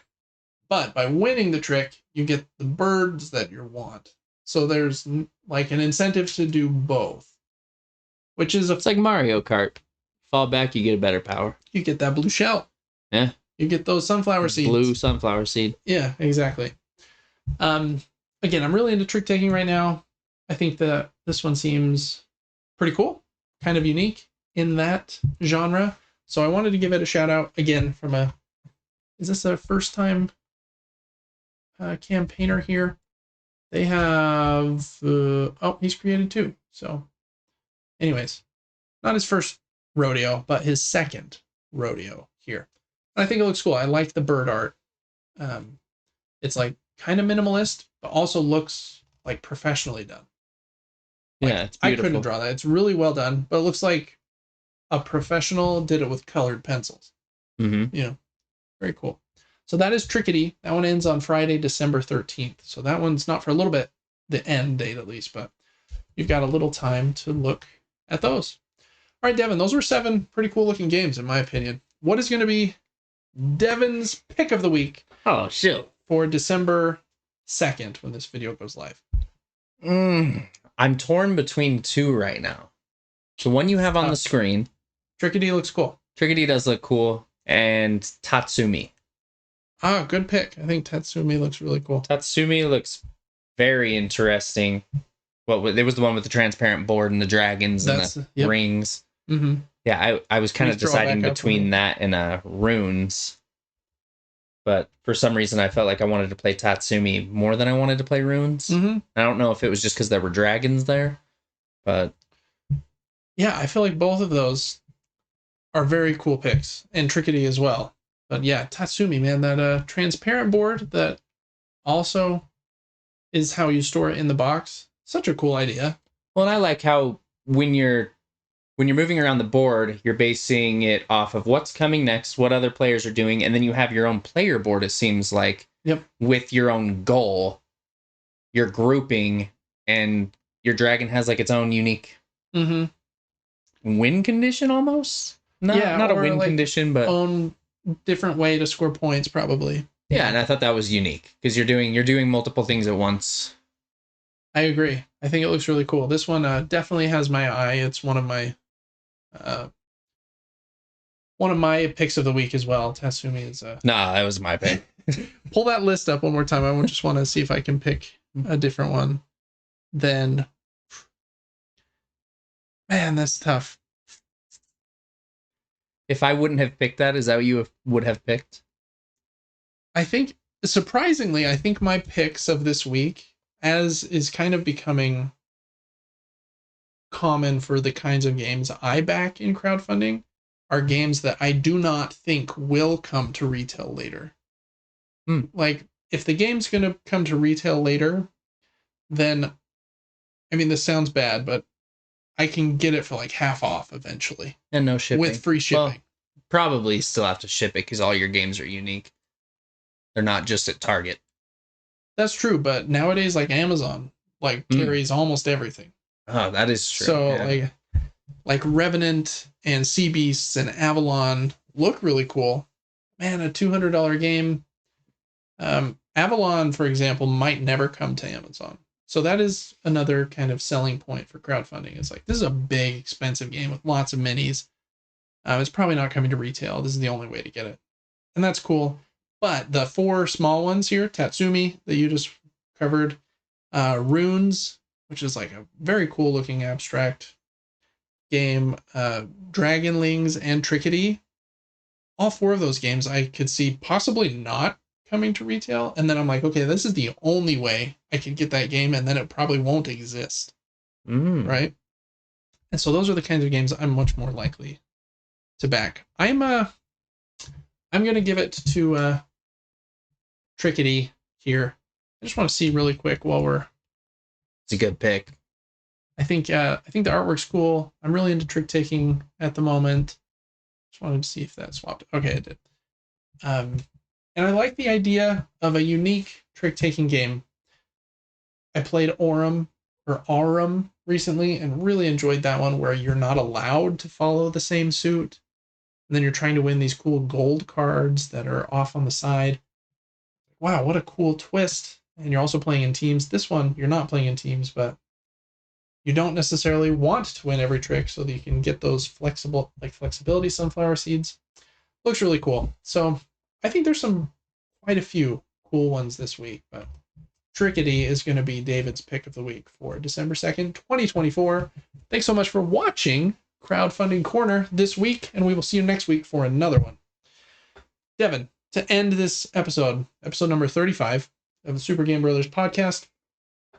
It was Thanksgiving last week. I'm actually going to restart that little stinger. Okay. Just a little behind the scenes here so that I can go back to our face cam, because I don't think having Trickety here at the beginning of that other video would make a lot of sense.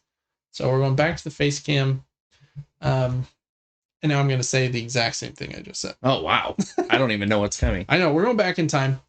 All right, Devin, to end episode 35 of the Super Game Brothers podcast with a little deja vu, we're going to go over the top 10 board games that fit in a stocking, baby. Oh, because Christmas is coming up here in just a few weeks. Hopefully your stocking is the same size as ours. Yeah, I kind of got a chunker, but ours is a chunky stocking. You know, some of these games I think would fit in a stocking a bit smaller, but some would not. So I actually just found another game that's definitely going on this list. So we got a top 11. Oh, shoot, look what you getting bonus footage. So we're going to go down to the table and just really quickly go over my top 11 recommendations for games that fit in a stocking. Devin's played some of these. We'll have him give a thumbs up or thumbs down on if he liked them or not. It's probably going to be lots of thumbs ups because none of these are bad. But anyways, down at the table, here we go. All right, Devin, we're down at the table. Here's the stocking. It looks epic. Yeah, it does. We're going to do the stocking test with each one of them just to make sure it fits. First up, we got Compile. That baby is definitely fitting in this stocking, but for the stocking test, oh yeah, that one fits in there just fine. Wow. See that? Compile is a really cool 2-player card game where you are playing cards in one of 3 different lanes. They call that a lane battler. And your opponent is also playing in those same lanes, and you're trying to be the first one to get to basically like 10 strength in that lane so that you can compile that lane, and the first player to compile all 3 lanes wins. Cool thing about this game is that it comes with like, I can't remember how many are in the base game, but maybe 10 of these mini decks, and each mini deck has a title. Like this one is Death. And there's life and apathy and love. And each mini deck has 6 cards in it. You'll choose 3 mini decks, shuffle the 6 cards of each together for 18 cards, and then that will be what you play with. So you'll be playing kind of a hybrid or a Frankenstein deck of those 3 mini decks. Very cool box, cool art style, very shiny and glossy, fancy cards.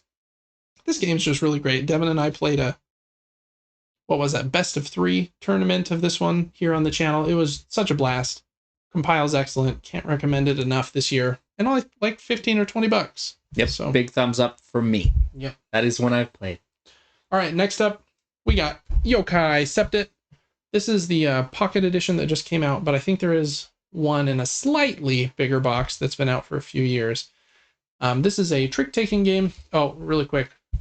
This is a pretty simple one. That one, you could fit 10 of these guys in there. So, no problem in the stocking. This is a trick-taking game where you're trying to win the 7s, basically. There are 7 suits. Each suit has 7 cards in it, I believe. And the 7 in each suit is in a different spot in the distribution. So one of the suits might have the numbers 1 to 7, and the 7's the highest. Another suit might have 7 to whatever that is, 13, something. And the 7's the lowest card. You're playing in teams, trying to win tricks, win as many 7s as you can. It's a really, really excellent trick-taking game. Devin hasn't played this one yet. But man, look at that artwork on there. So cool. Just for that artwork, I give this game a thumbs up. He gives it a Yokai Septet 7 out of 7. Oh, yeah. All right, next up in our kind of rapid video here is Scout. This is the original box size, but they do have a different box size at Target that you can get. It's just a slightly bigger box that I also think would fit just fine in the stocking.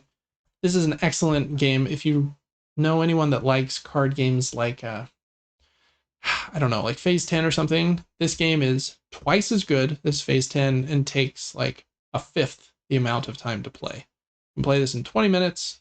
That's what it says here on the box. And it's just so great. It's technically, I think, called a ladder climbing game, which basically just means you'll play a hand to the center of the table, and then the next player has to play something better than you. So like the hand just continues to get better and better. Or if you can't play something better, then you take a card from that hand and give that person a point. And you play a few different rounds based on the number of players, and whoever has the most points wins. Just excellent. Scout is so good. You can see it was up for like Game of the Year when it came out. It's amazing. Devin, I don't think you've played this one, but I bought it. Played it once. You did? You bought it for Mom. I did. Yeah, or at least I watched her play it. So for that watch, I give this game a thumbs up. Nice. Did you play it with Mom, or was it when I was there? Maybe I just watched. I don't remember. Scout's amazing. So that one's up next. All right, next up in rapid fire here, we got Push. Push is stocking test. He goes in just fine. This one's from Ravensburger. You can get this game for like 10, 12 bucks. This is a push your luck game, hence the name. If you know anyone that likes Uno, this game's better than Uno. Also plays about the same amount of time as Uno.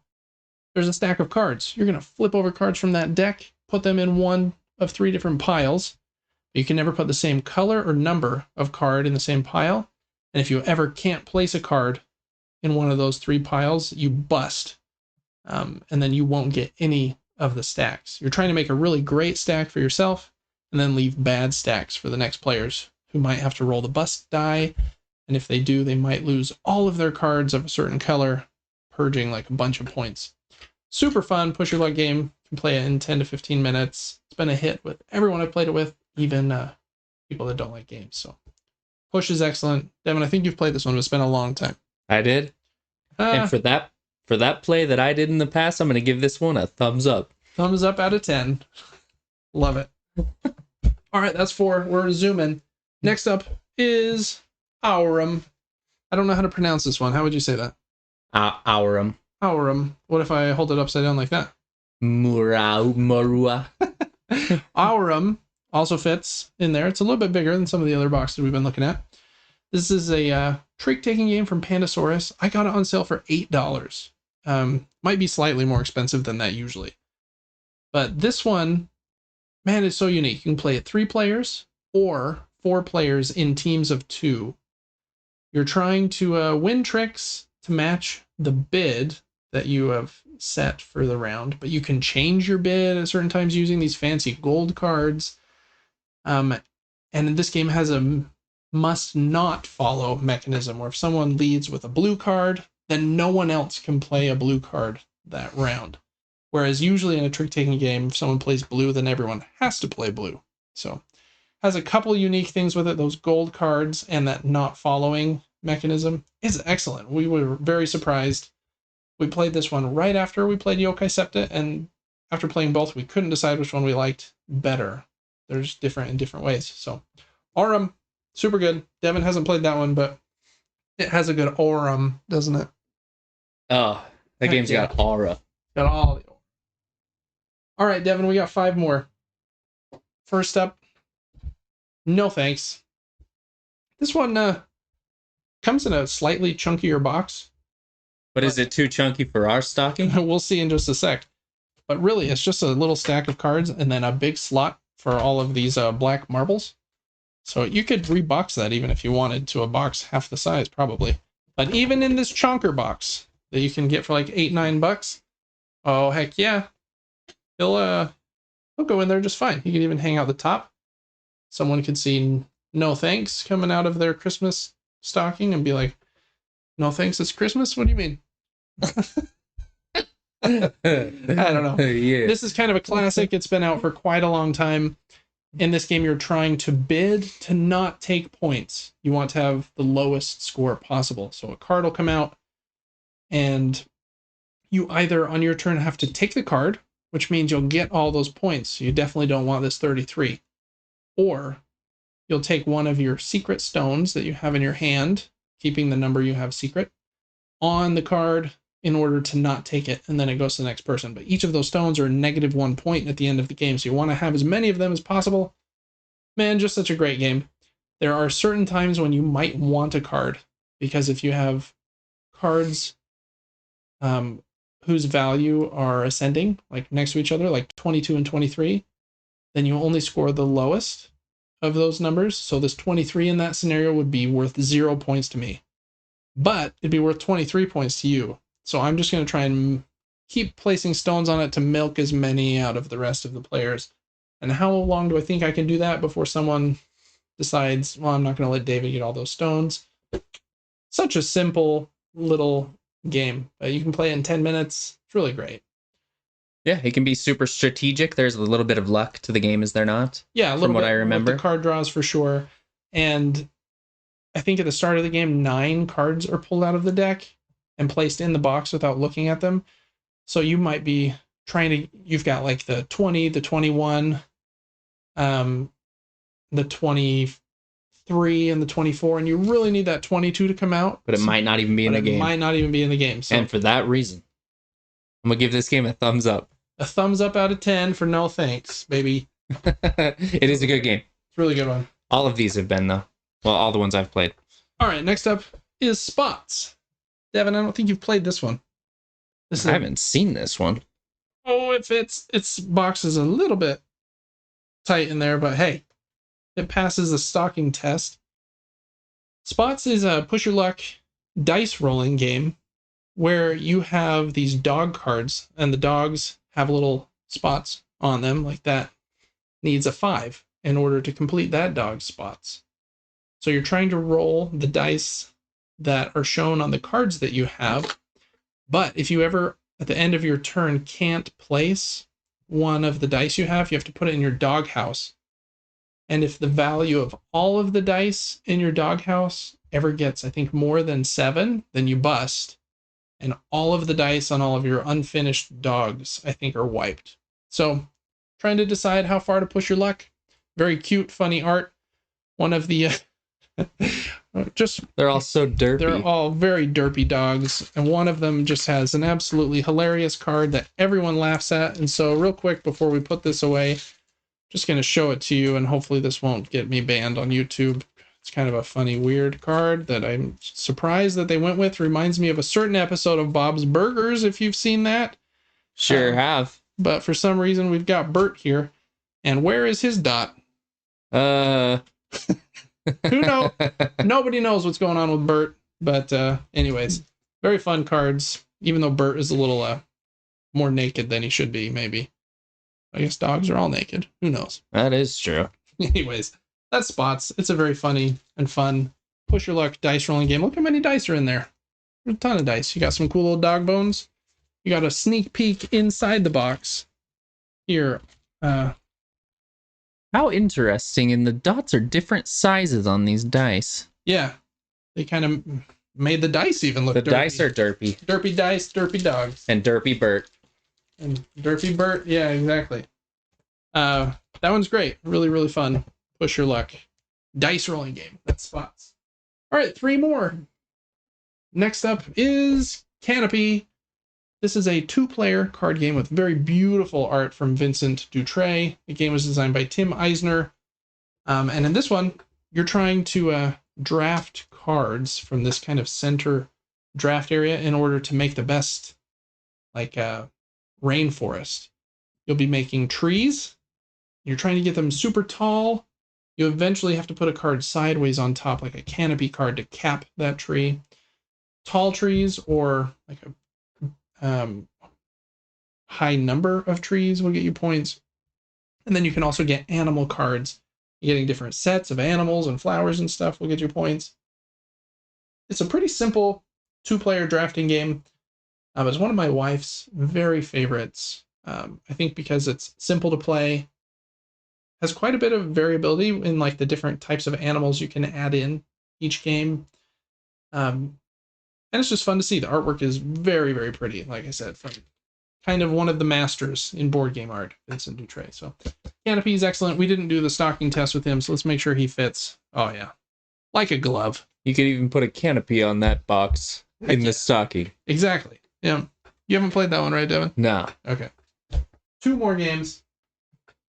We'll do the one Devin hasn't played first. This one is Cat in the Box. This is another trick-taking game. Is that 3 trick-taking games on one list? It sure is. Oh, yeah. This is one of the more famous trick-taking games of the last decade, for sure. In this game, all of your cards are black and are suitless until you play one. Then you get to decide what color it was. And when you do that, you will place one of your pieces on the associated color. I play the 3, and I'm like, that was the blue 3. And then you get points in this game by winning tricks, and you want to win the same number as your bid. If you do, then you get points. You also get points by making clusters of your tokens. So if I was able to make a big grouping of those tokens, I'd get points as well. Very cool trick-taking game. The idea of I have cards, but they're not any specific color until I decide to play them is really cool.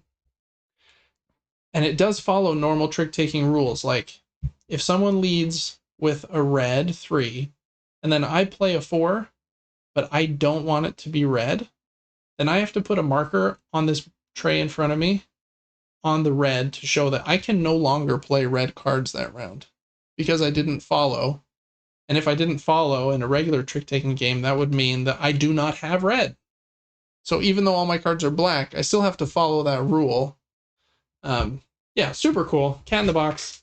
It's a little, maybe more like thinky than some other trick-taking games you played, but it's great. We got the Cat in the Box. Fits just great in the stocking, ladies and gentlemen. Cat in the stocking. Cat in the sock. Oh, yeah, there you go. All right, and then last up for this top 11 list of games that are great and fit in stockings, if that's the name of this list. This one is The Shipwreck Arcana. This is a deduction game. That's a cooperative deduction game. You can play really with any number of players. It says 2 to 5 here, but I've been playing this and had like people just walk by and then just kind of help the team. In this game, whoever's turn it is will take 2 tiles out of a bag. Those tiles will have numbers on them from like 1 to 7. And then they have to put one of their tiles in front of one of these 4 cards that are out here. And the card will say something on it like, you can only place the tile here if the tile you still have in your hand is even or odd or is 1, 2, or 3, or things like that. And you're trying to get the rest of the players to be able to guess what the value is on the tile you kept in your hand. And so if I placed a tile in front of this card, okay, now we know the one in his hand is odd. But why didn't he place it in front of this one? And does that give us more information? Just a really fun puzzle. You can talk it out amongst the team. People can kind of, step in and out. It's really, really great. There is like a mini expansion you can buy as well that adds more complex or advanced cards. This one, very small box. Again, fits in a stocking just fine. And this might be my pick of all the games for your stocking stuffers. Mm-hmm. This was really fun. You're trying to be on the same wavelength as other people. Yeah. I agree. I think it's great. There are some deduction games that come in a box 5 times this big that I don't think are as good as this one. It's really, really excellent. And in an awesome, small little box. So, anyways, Devin, that's going to do it for this list. The top 11 board games that fit in a stocking. And you know that they do, because we did the stocking test live on camera. So thanks so much for watching this top 10 list here on Gaming Top Down. And we'll see you on the next one. And Devin, that's going to do it for episode 35. Woo! The Super Game Brothers podcast. I said it was going to be short. We're still at an hour 50. So I don't know what's going on. I don't either. I say that every week, though. So we're just going to assume from now on that it is impossible for an episode to be under 90 minutes. Think we can prove that wrong? No. I don't think. Especially after a Game Awards show. Yeah, that's true. Not next week. Or not the next episode. But the episode after that? Ooh, not even that one. Because the Game Awards will be the next day. The episode after that one, that'll be a beefy one, I imagine. Oh, yeah. But that'll be fun. It'll be right before Christmas. I might have work off. We can talk about all the Game Awards. Maybe Silk Song will finally come out. Oh. And if it like shadow drops and that's out and I'm playing 9 Souls at the same time, I might I don't even know, be lifted to a higher plane of existence from playing 2 excellent games at the same time. That'll be a crazy experience for you. Yeah, it would. Really would. Wow. Anyways. Thank you for listening.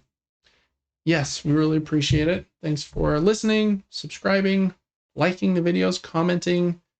Thanks for following our Patreon at patreon.com/supergamebrothers. You can follow it completely for free.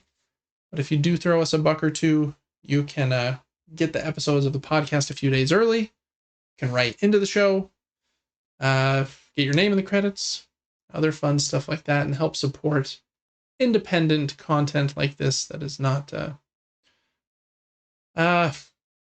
supported by preview money. So appreciate you that way. That's going to do it for episode 35. We'll be back next week as we continue our trek towards episode 52, which will be, I don't know what's our special thing going to be